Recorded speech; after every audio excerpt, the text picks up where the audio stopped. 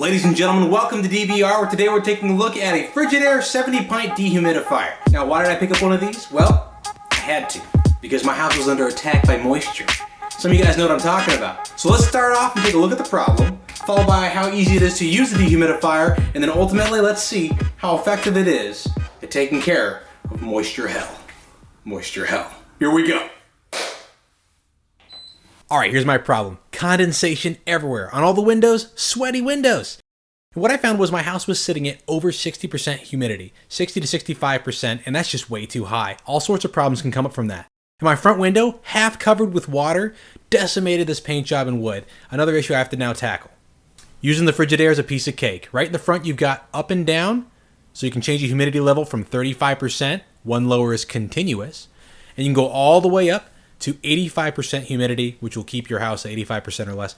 Honestly, that's ridiculous. I don't know who would do that. But anyways, I'm going to keep mine at 40%. To the left of that, you've got fan speed with high speed. Just tap it again, medium speed. Tap it again, low speed. Of course, the faster the fan, the faster it's going to dehumidify. To the left of that, you've got a timer. It goes from 0.5 minutes all the way up to 24 minutes. From 0.5 to 10 minutes, it goes up in 0.5 increments, which you see there. And then after 10 minutes, it's going to go up by 1 minute increments all the way up to 24 minutes. And then you just hit a timer again to turn it off. Now, if you hold both buttons in the middle, the up and down buttons, for 3 seconds, you'll lock the whole device. Nothing can be changed. Hold it down for 3 seconds again to unlock the device. And then, of course, on the right, you've got the power on and off switch. Easy as pie. On the left side of the machine, you've got the continuous flow valve, which you can screw in the hose adapter for, and then connect a hose directly from that down into a drain. That's a great way to put a continuous on and just leave it there without having to empty the bin. On the back side, you've got the filter. Now, it has a filter button in the front that lets you know when it needs to be cleaned. When it needs to be cleaned, you take it off, wash it off, and then, of course, take a nice vacuum and vacuum behind the grill there. Easy to remove, easy to put back, toolless change. There we go.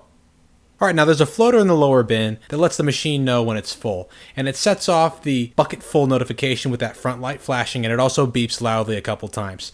So once that happens, you know it's time to empty the bucket if you're not going to use a continuous flow valve. Now, like everything else on this machine, emptying the bucket is pretty straightforward and easy to do. You just remove the lower bin. It's got some splash guards, which basically means the water is caught lower, and you just dump it out into a bathtub or wherever in your house that can accept the water. Let it go for a little bit because there is some residual water that tends to take time to come out. As you can see there's the floater that lets the machine know it's full. I've tested it out multiple times. Works great. Then you put it right back in where you got it from. Just kind of slides into place. All right, moment of truth. After running the dehumidifier for about an hour, it brought down the humidity from that 62% mark down to about 54%. It's actually recommended in the manual that you run it for 3 days continuously when you first get it if you have a problem. As you can see, after about a day, no water on any of my windows, no condensation, fantastic. And it brought it down to 49%. Now that's when I had it set at 45% humidity.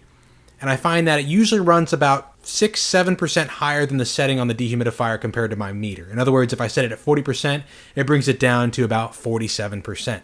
And I want it below 50, so that's good and fine. But there you have it. My verdict is this is a fantastic machine. It does its job well. This is a 1,500 square foot home. I forgot to mention that. This is a huge house for a device that's really designed for small rooms or individual rooms at least, but not necessarily a whole house. But since my problem is at the front of my house mostly, it worked just fantastic for it. So this gets 2 thumbs up from me. DBR approved. All right, thanks for tuning in, guys. Don't forget to like, comment, love to hear it, and subscribe to Drive-By Reviews. See you next time.